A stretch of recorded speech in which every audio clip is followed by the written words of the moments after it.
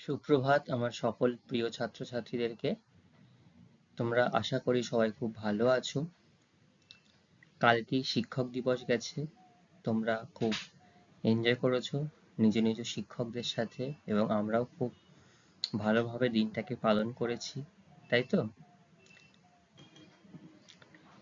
আনন্দ তো আমাদের করা হয়ে গেছে, আবার আমরা নতুন কোনো অনুষ্ঠানে আনন্দ করব নতুন কোনো ভাবে। আজকে আমি মানস স্যার, তোমাদের ভূগোল বিষয়ের শিক্ষক। তোমাদের নির্দিষ্ট ভূগোল বিষয়ের পাঠ্যপুস্তক অনুযায়ী আমরা আলোচনা করছিলাম। আমরা বিগত বেশ কিছুদিন ধরে পঞ্চম অধ্যায় সম্পর্কে আলোচনা করছিলাম, তাই তো? এই পঞ্চম অধ্যায়ের যে বিভিন্ন টপিক ছিল পাঠ্যসূচি অনুযায়ী, সেগুলো আমরা আলোচনা করার পরে আমাদের এখান থেকে গুরুত্বপূর্ণ যে অংশ, ম্যাপ পয়েন্টিং অর্থাৎ ভারতবর্ষের মানচিত্রের চিহ্নিতকরণ, বিভিন্ন বিশেষ বিশেষ অংশ,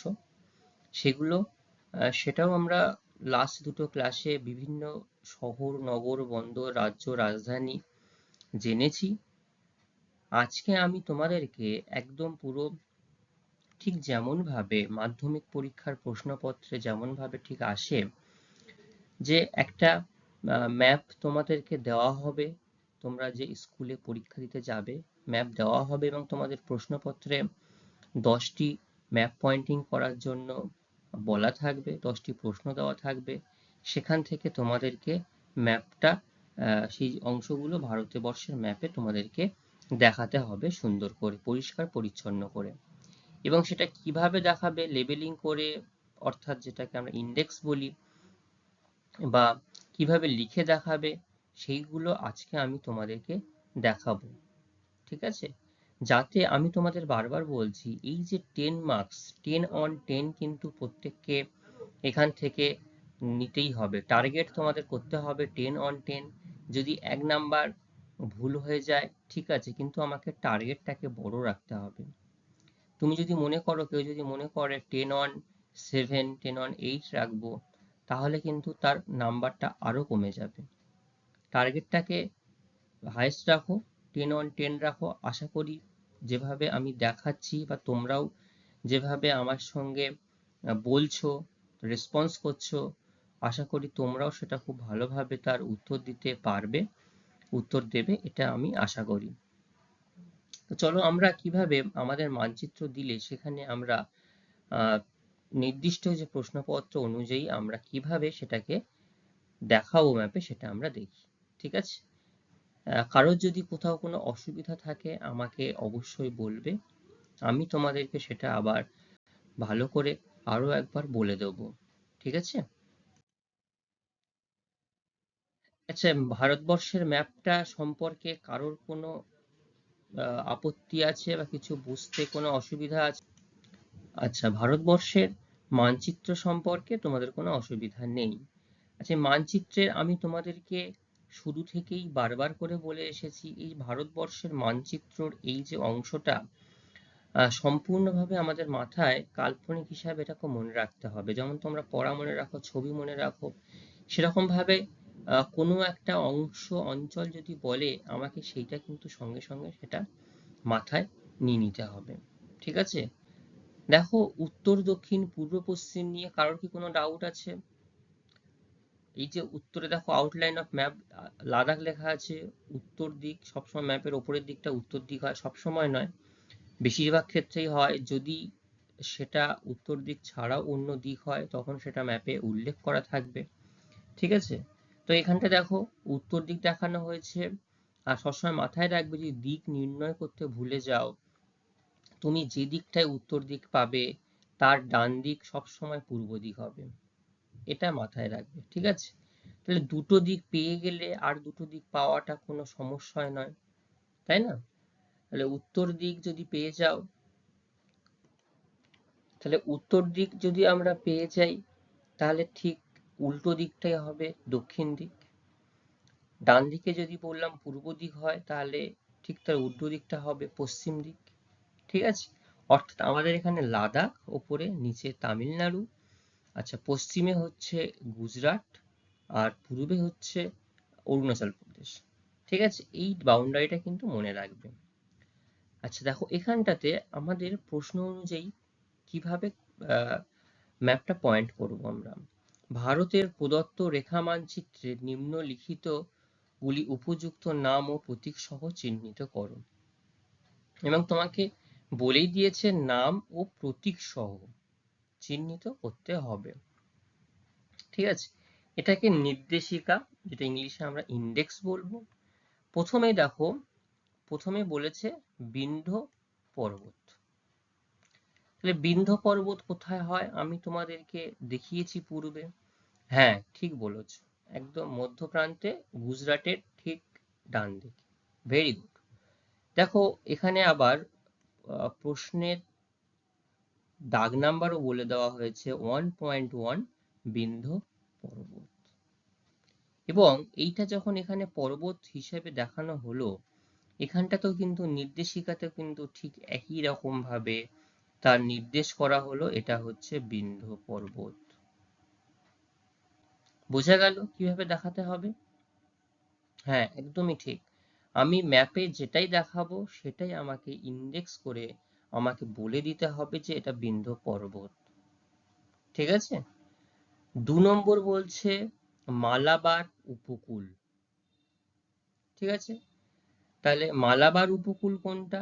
দেখো এই যে কেরল, মানে কেরালা, যেটা কেরল যেটা বলছি, এই কেরলের এই যে উপকূল অংশ জুড়ে পুরো যেটা রয়েছে সেটাই হচ্ছে কিন্তু মালাবার উপকূল। ঠিক আছে, তাহলে এই যে বিভিন্ন উপকূল রয়েছে, মালাবার উপকূল, করমণ্ডল উপকূল এবং কোঙ্কণ উপকূল, এইগুলো কিন্তু তোমাদেরকে সঠিকভাবে মনে রাখতে হবে। দেখো মালাবার উপকূলটাকে এইখানটাতে দেওয়া হয়েছে, মানে এখানটাতে আছে, এবং এখানে সেই জন্য বলেই দিয়েছে মালাবার উপকূল, কোশ্চেন নাম্বার 1.2। ঠিক আছে, আচ্ছা মালাবার উপকূল হয়ে গেল। এবার হচ্ছে কাবেরী নদী। 3 নম্বরে রয়েছে কাবেরী নদী। কাবেরী নদী কোথায় আছে? দক্ষিণ ভারতের নদী। তাহলে এই হচ্ছে কাবেরী নদী, এবং তার গতিপথটাও কিন্তু এখানটায় দেখিয়ে দিয়েছে। এই তীর চিহ্ন দিয়ে দেখানো হয়েছে, তার মানে এইটা নদীর গতিপথটা হচ্ছে পূর্ব দিকে, এরকম ভাবে দেখানো হয়েছে। এই হচ্ছে 1.3 কাবেরী নদী। এবং দেখো ম্যাপের মধ্যে নীল রং দিয়ে দেখানো হয়েছে কাবেরী নদী, আর তার আগে মালাবার উপকূল ইন্ডেক্সটা এটা দেখিয়েছে। বোঝা যাচ্ছে?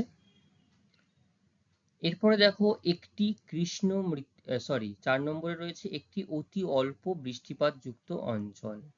তাহলে বৃষ্টিপাত ভারতবর্ষে সব থেকে কম কোথায় হয় তোমরাই বলো? মরুভূমি অর্থাৎ রাজস্থানে হয়, তাই তো? দেখো এই যে ঠিক এই জায়গাটা রাজস্থানের, সেটা বলে দেওয়া হয়েছে 1.4 প্রশ্ন অনুযায়ী এটা হচ্ছে একটি অতি অল্প বৃষ্টিপাত যুক্ত অঞ্চল এবং থর মরুভূমি অঞ্চল বলে দিয়েছে। অর্থাৎ এখানে যদি তোমার প্রশ্ন আসে যে একটি অতি অল্প বৃষ্টিপাত যুক্ত অঞ্চল বা থর মরুভূমি অঞ্চল, তাহলেও কিন্তু আমার এই পয়েন্টটা একই জায়গাতেই হবে। ঠিক আছে। 5-এ কি রয়েছে? একটি কৃষ্ণ মৃত্তিকা অঞ্চল। কৃষ্ণ মৃত্তিকা অঞ্চল 1.5, এই হচ্ছে আমাদের কৃষ্ণ মৃত্তিকা অঞ্চল। আমি কালকে তোমাদের যখন, অর্থাৎ পূর্বের ক্লাসে যখন আমি মৃত্তিকা অঞ্চল তোমাদের দেখিয়েছিলাম এইখানে অল্প কিছু গুজরাটের, অল্প কিছু মহারাষ্ট্রের, অল্প কিছু অংশে কৃষ্ণ মৃত্তিকা অঞ্চল রয়েছে, কিন্তু যেটা প্রধান যেটা যদি থাকে সেইটা আমি দেখাবো। এইটা হচ্ছে আমাদের কৃষ্ণ মৃত্তিকা অঞ্চল। এখানে 1.5 প্রশ্নের দাগ নাম্বারও সেখানটাতে উল্লেখ করা হয়েছে। এখানটাতেও দেখো বলে দিয়েছে একটি কৃষ্ণ মৃত্তিকা অঞ্চল, এবং তার উপরেরটা বলা হলো না, একটি অতি অল্প বৃষ্টিপাত যুক্ত অঞ্চল। ঠিক আছে। 6 নম্বর বলছে উত্তর পূর্ব ভারতের একটি চা উৎপাদক অঞ্চল। তাহলে উত্তর মানে এই দিকটা ভারতবর্ষের সামনের দিকটা উত্তর, পূর্ব অর্থাৎ আমরা যে দিকটা বসবাস করি, তাহলে উত্তর পূর্ব ভারতে একটি চা, তুমি যদি এখানে দার্জিলিং এর চা উৎপাদক অঞ্চল দেখাও সেটাও কিন্তু সঠিক হবে। এখানটায় দেখানো হয়েছে আসামের চা উৎপাদক অঞ্চল, এবং এখানে লিখে দিয়েছে উত্তর পূর্ব ভারতের একটি চা উৎপাদক অঞ্চল হচ্ছে অসম, এবং নিচে একই রকম ভাবে দেখো ইন্ডেক্স করে দেখানো হয়ে গেছে এটি উত্তর পূর্ব ভারতের চা উৎপাদক অঞ্চল। ঠিক আছে, এরপরে বলা হচ্ছে পশ্চিমবঙ্গের একটি পেট্রো রসায়ন শিল্প কেন্দ্র। তাহলে পশ্চিমবঙ্গের পেট্রো রসায়ন শিল্প কেন্দ্র কোথায় আছে? হলদিয়াতে রয়েছে। কোথায় আছে হলদিয়া? দেখো এই হচ্ছে হলদিয়া, এবং সেখানটায় নির্দিষ্ট করে লিখে দিয়ে ছোট্ট করে পশ্চিমবঙ্গের একটি পেট্রো রসায়ন শিল্প কেন্দ্র যার নাম হচ্ছে হলদিয়া। ঠিক আছে, তাহলে এই অবধি আমাদের হলো পেট্রো রসায়ন শিল্প কেন্দ্র। কারোর কি বুঝতে কোথাও অসুবিধা হচ্ছে বা মনে হচ্ছে যে এই জায়গাটা ম্যাপের এই জায়গাটায় হবে না অন্য দিকটায় হবে? যদি কোনো সমস্যা থাকে আমাকে কিন্তু অবশ্যই জানাবে। ঠিক আছে, আচ্ছা এরপরে হচ্ছে একটি ভারী ইঞ্জিনিয়ারিং শিল্প কেন্দ্র। কোথায় রয়েছে ভারী ইঞ্জিনিয়ারিং শিল্প কেন্দ্র? যে কোনো ভারী ইঞ্জিনিয়ারিং শিল্প কেন্দ্র, তবে এখানটাতে জামশেদপুর যেহেতু একটা অন্যতম গুরুত্বপূর্ণ শিল্প কেন্দ্র, সেই জন্য জামশেদপুরকে এখানে চিহ্নিতকরণ করা হয়েছে। 8টি 9টি পূর্ব উপকূলের একটি কৃত্রিম পোতাশ্রয় যুক্ত বন্দর। কোথায় রয়েছে পূর্ব উপকূলে একটি কৃত্রিম পোতাশ্রয় যুক্ত বন্দর? তুমি এখানটাতে হলদিয়া ডকও কিন্তু দিতে পারতে।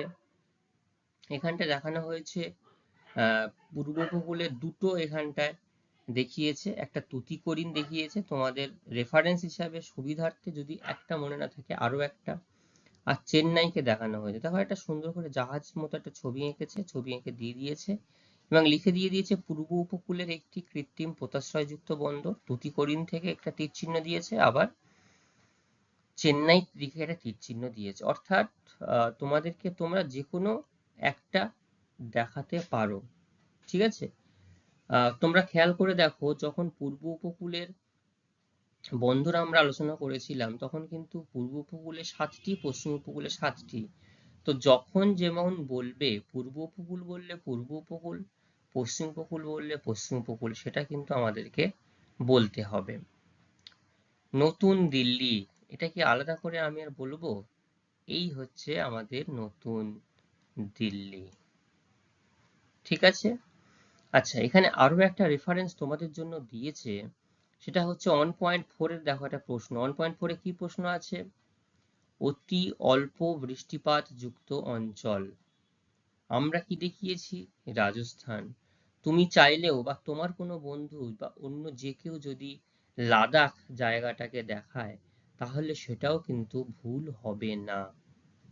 ঠিক আছে, আচ্ছা এই গেল আমাদের 10টি ম্যাপ পয়েন্টিং। কারোর কি বুঝতে কোথাও অসুবিধা আছে? এবং যে কটি দেখিয়েছে ইন্ডেক্সেও দেখো 10টি এখানে দেখানো হয়েছে, 1 2 3 4 5 6 7 8 9 10। তাহলে তোমার প্রশ্ন 10টা, তুমি ম্যাপ পয়েন্টিং করলে 10টা, ইন্ডেক্সেও আসলো 10টা, সঠিকভাবে করলে তুমি পেয়ে গেলে 10-এ 10। ঠিক আছে, আচ্ছা 10 নাম্বার তো পেয়ে গেলে এই ম্যাপটাতে। এবার আমরা দেখব পরবর্তী যে প্রশ্ন আছে সেখানটাতে তোমরা কত মার্কস পাও। আচ্ছা আমি এইগুলো আলোচনা করতে করতে একটু বলি, আমি এখানে যে কটা প্রশ্ন তোমাদেরকে দিয়েছি আমাদের মাধ্যমিক এক্সামে বিগত 10 বছরে যা প্রশ্ন এসেছে আমি সেগুলোই কিন্তু এখানে তোমাদেরকে আলোচনা করাচ্ছি।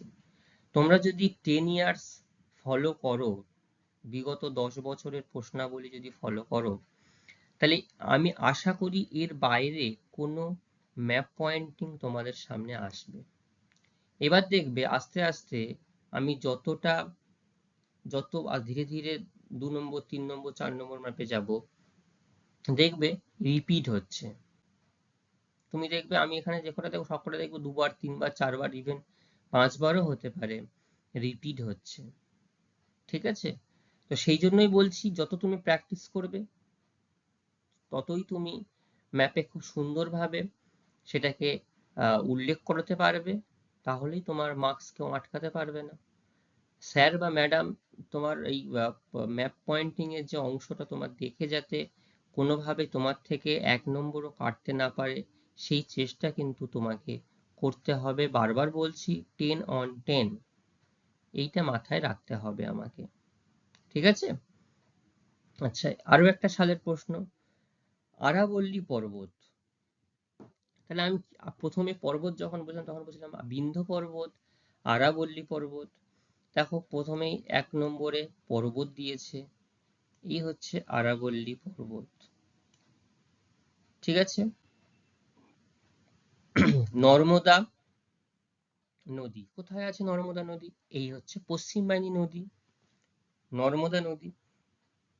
এবং তার গতিপথটা তোমাদের এখানে উল্লেখ করে দিতে হবে। গতিপথটা তুমি যদি উল্লেখ করো তাহলে তোমার যে এই নদী সম্পর্কে একটা ক্লিয়ার কনসেপ্ট আছে, সেটা স্যারদের কাছে খুব ভালো লাগবে, ঠিক আছে? সেই জন্য তোমাকে নদীর গতিপথটা তোমাকে বলে দিতে হবে। তারপরে বলছে উত্তর পূর্ব ভারতের সর্বাধিক বৃষ্টিপাত কেন্দ্র। তাহলে এটা শুধু উত্তর পূর্ব ভারত নয়, সমগ্র ভারতবর্ষের সর্বাধিক বৃষ্টিপাত কেন্দ্র কিন্তু আমাদের এই মৌসিনরাম, 1.3 মৌসিনরাম। এই যে মেঘালয়, এই মেঘালয়ের মৌসিনরামে কিন্তু সর্বাধিক বৃষ্টিপাত হয়, ঠিক আছে? তাহলে আমি এটা এখান থেকে আমি দেখাতে পারবো।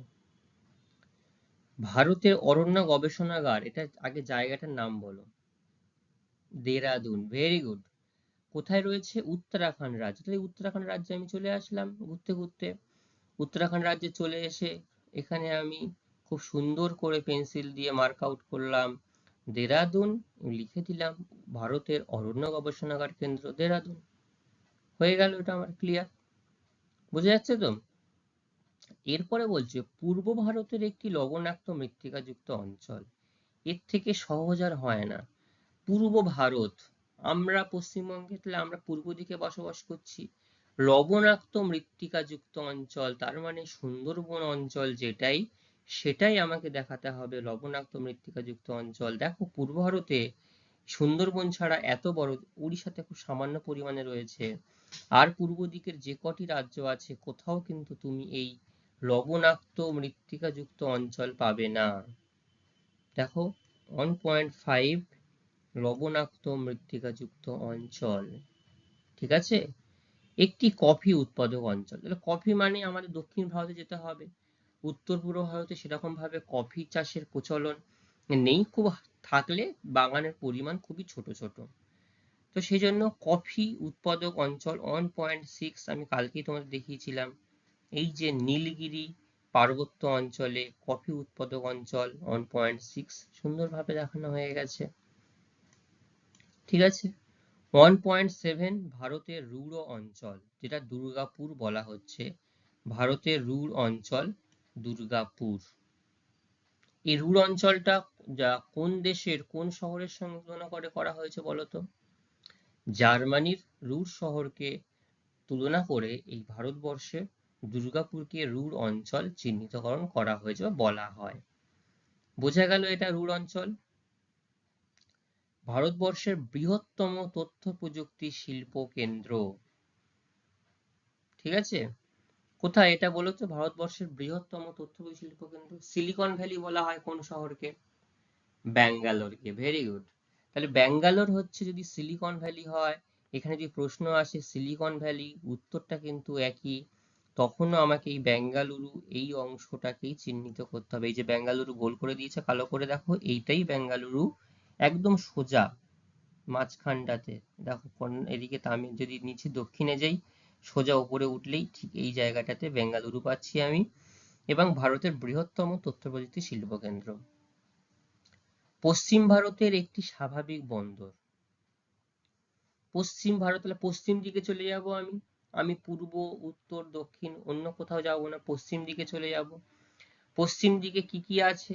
এখানে আমার কোচি আছে, মারমাগাঁও আছে, তাহলে এখানটাতে বন্দর দিয়েছে, পানাজিও রয়েছে।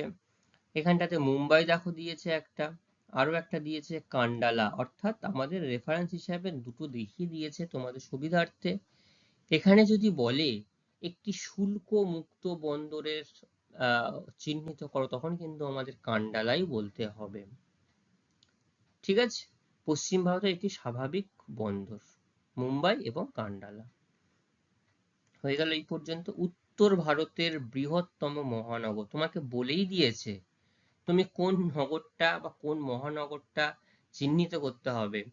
উত্তর ভারত বলে দিই, তোমাকে যদি বলা হতো ভারতের বৃহত্তম মহানগর তুমি একটু কনফিউজড হয়ে যেতে যে কোনটা আমি বলবো।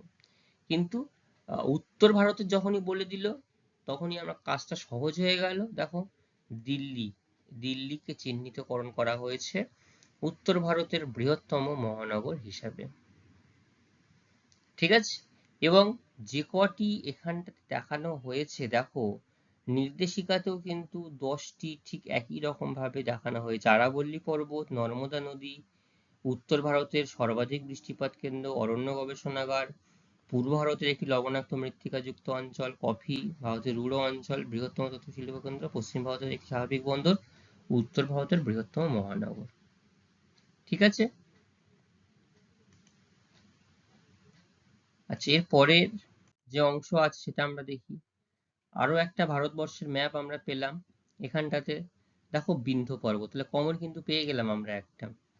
ঠিক আছে, একটা কমন অংশ আমরা এখানটায় পেয়ে গেছি, বিন্ধ্য পর্বত। বিন্ধ্য পর্বত আগে আমরা একবার দেখেছি, বিন্ধ্য পর্বত হয়ে গেল।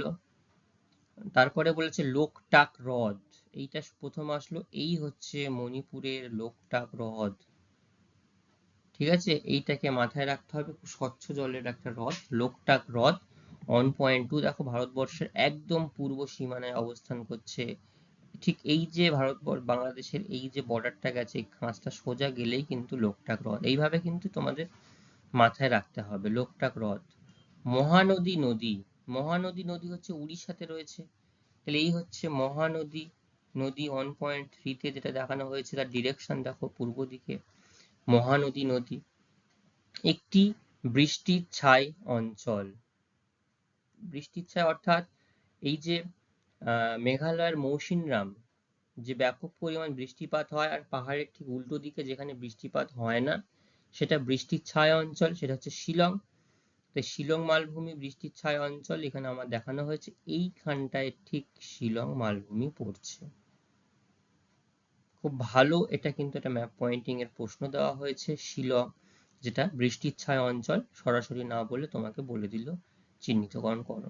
একটি ম্যানগ্রোভ অরণ্য অঞ্চল সুন্দরবন, ম্যানগ্রোভ অরণ্য অঞ্চল আমরা এখানটাতে আগেই বলেছি। ম্যানগ্রোভ অরণ্য অঞ্চল এবং লবণাক্ত মৃত্তিকা অঞ্চল সুন্দরবন, যাই বলুক না কেন আমাকে এই জায়গাটা কিন্তু চিহ্নিত করতে হবে।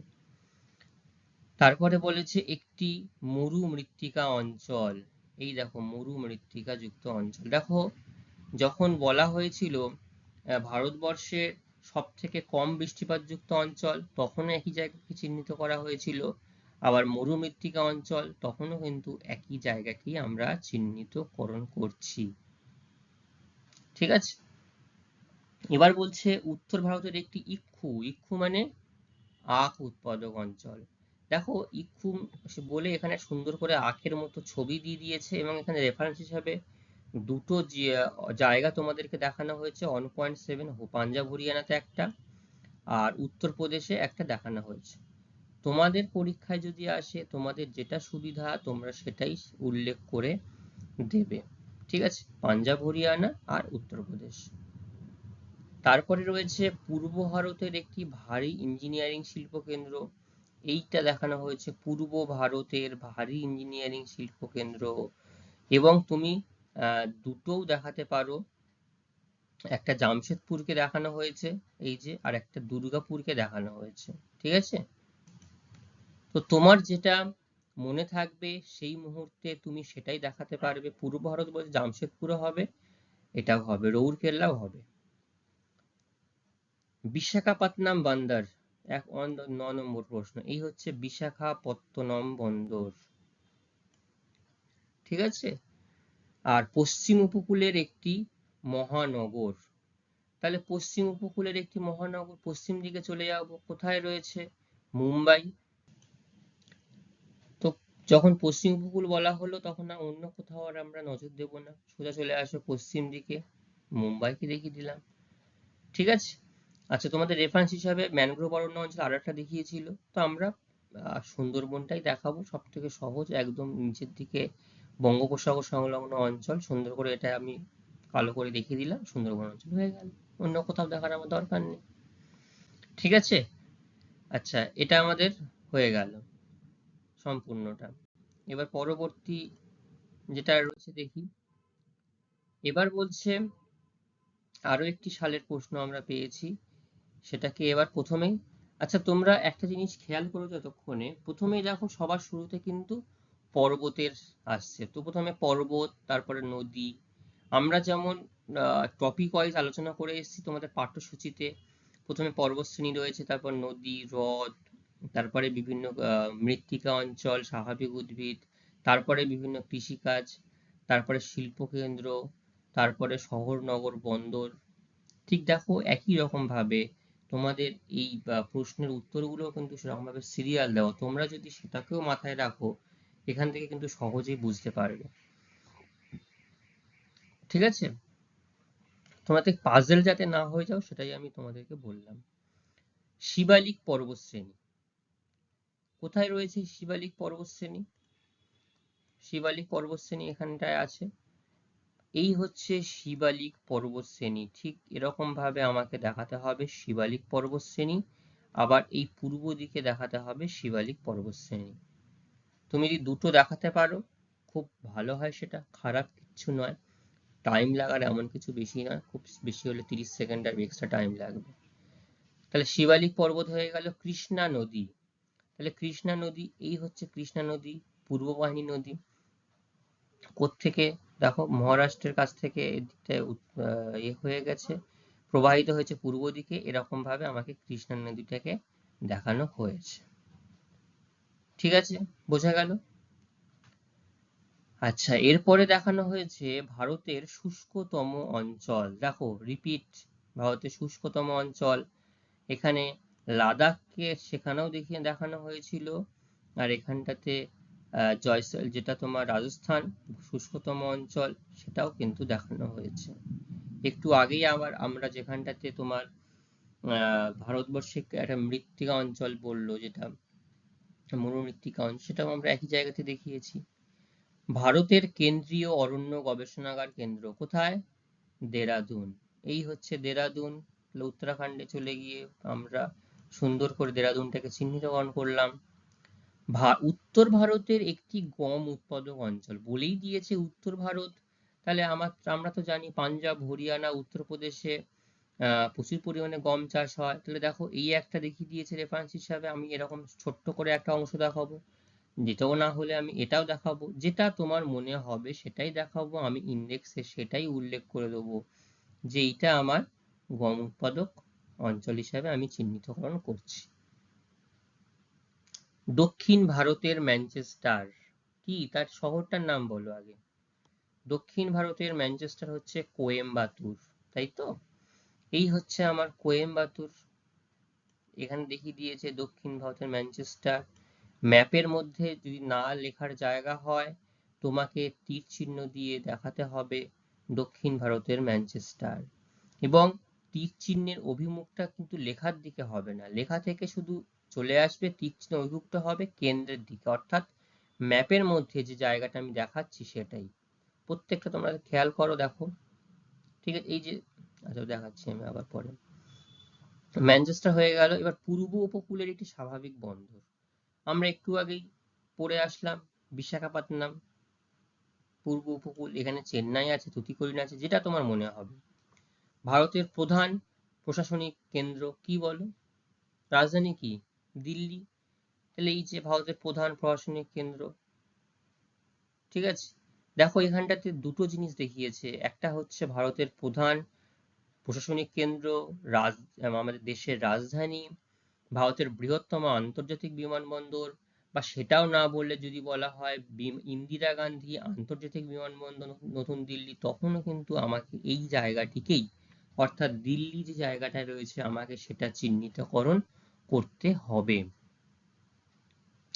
লাস্ট বলেছে ভারতের বৃহত্তম আন্তর্জাতিক বিমানবন্দর। আচ্ছা, দুটোকেই একই জায়গায়, আচ্ছা দুটো প্রশ্নই দিয়েছে, একটা প্রধান প্রশাসনিক কেন্দ্র হিসাবে দিয়েছে নিউ দিল্লি, আর একটা রয়েছে তোমার বৃহত্তম আন্তর্জাতিক বিমানবন্দর হিসাবে সেটাকেও দেখানো হয়েছে নিউ দিল্লিকে। বাবা, এরকম ভাবে তো দেখিনি একই জায়গায় একই। ঠিক আছে, তোমাদের সুবিধা হলো একটা কেন্দ্র করলে একটা কেন্দ্র হিসাবে তোমাদের দুটো জিনিস দেখানো হয়ে গেল। এখানে দেখো বিমানবন্দরের ইন্ডেক্স দেখো, প্রধান প্রশাসনিক কেন্দ্র আবার বৃহত্তম আন্তর্জাতিক বিমানবন্দর, দুটোকেই দেখানো হয়েছে। আচ্ছা, একটা জিনিস বাদ চলে গেল, তোমরা কেউ আমাকে বললে না। ভারতের একটি লোহিত মৃত্তিকা যুক্ত অঞ্চল, দেখো অনেকগুলো অঞ্চল দেখানো হয়েছে। এই একটা লোহিত মৃত্তিকা অঞ্চল দেখানো হয়েছে, এই একটাকে দেখানো হয়েছে, আবার এই একটাকে দেখানো হয়েছে লোহিত মৃত্তিকা অঞ্চল। তো তোমার যেটা মনে হবে তুমি সেটাকেই দেখাবে ম্যাপে এবং সেটাকেই ইন্ডেক্স করে দেবে ভারতবর্ষের লোহিত মৃত্তিকা অঞ্চল হিসাবে। ক্লিয়ার? আচ্ছা,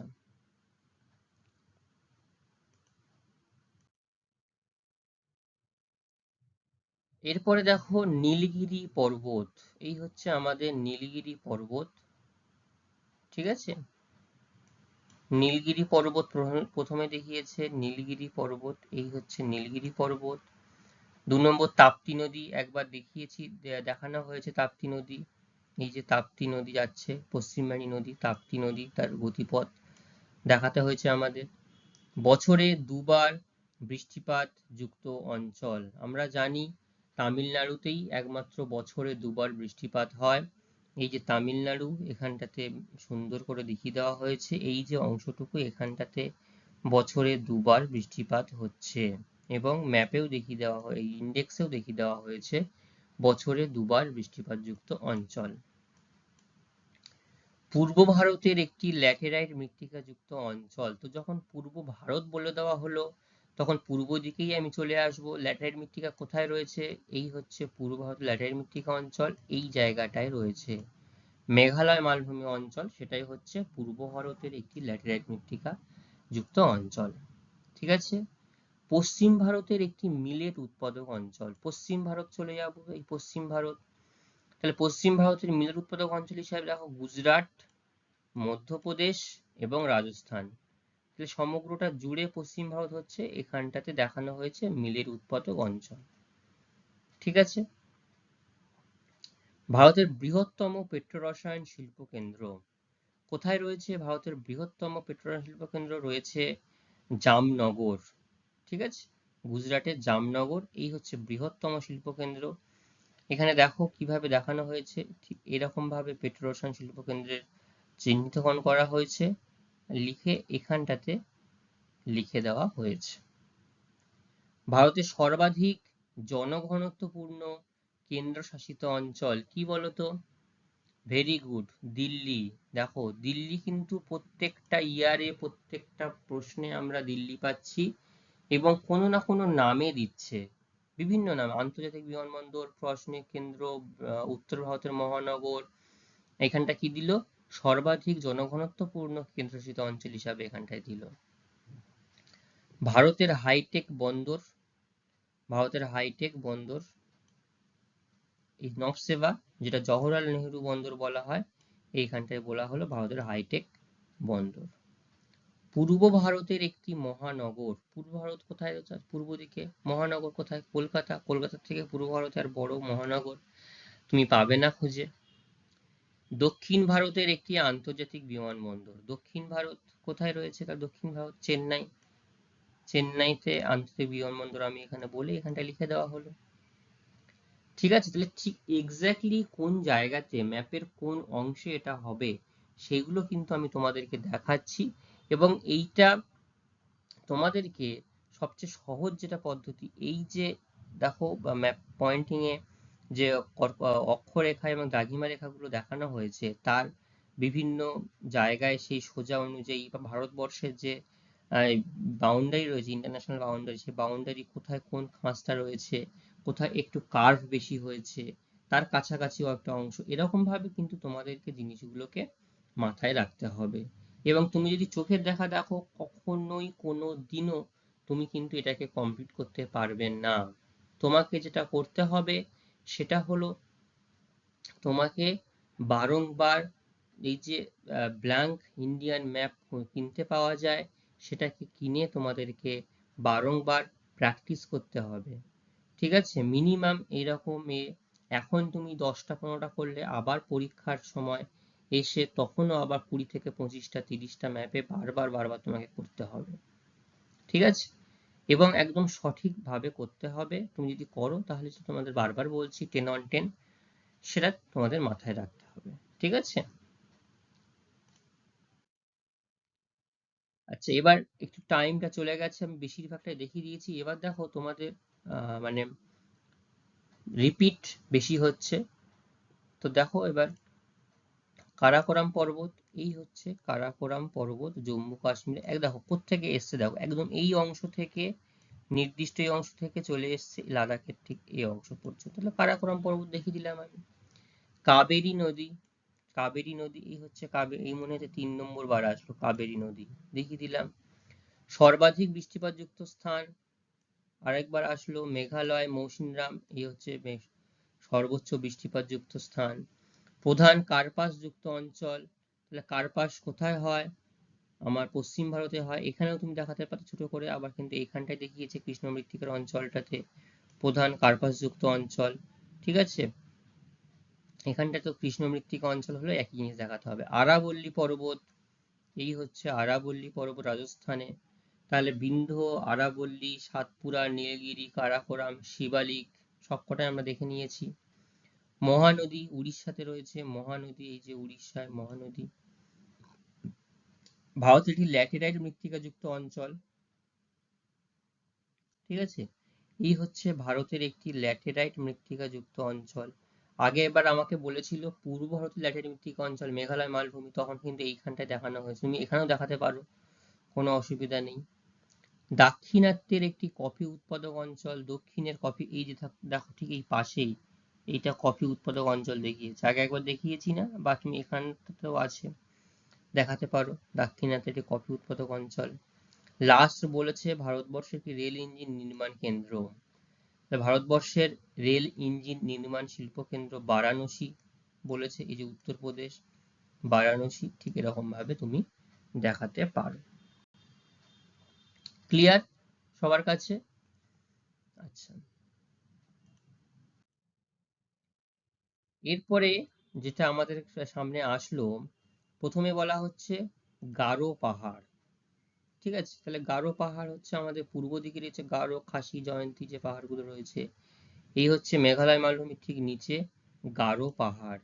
গারো পাহাড়কে দেখালাম। কৃষ্ণা নদী, এই হচ্ছে কৃষ্ণা নদী, একটি চিরহরিৎ বনভূমি অঞ্চল। তাহলে এই হচ্ছে চিরহরিৎ বনভূমি অঞ্চল, যেটা পশ্চিমঘাট পর্বতে গাছপালা পুরোটাই সবুজ থাকে, এই হচ্ছে চিরহরিৎ বনভূমি অঞ্চল, ঠিক আছে? উত্তর ভারতের একটি গম উৎপাদক অঞ্চল, উত্তর ভারতের গম উৎপাদক অঞ্চল এই যে পাঞ্জাব হরিয়ানা, উত্তর ভারতের গম উৎপাদক উত্তরপ্রদেশে রয়েছে, ঠিক আছে?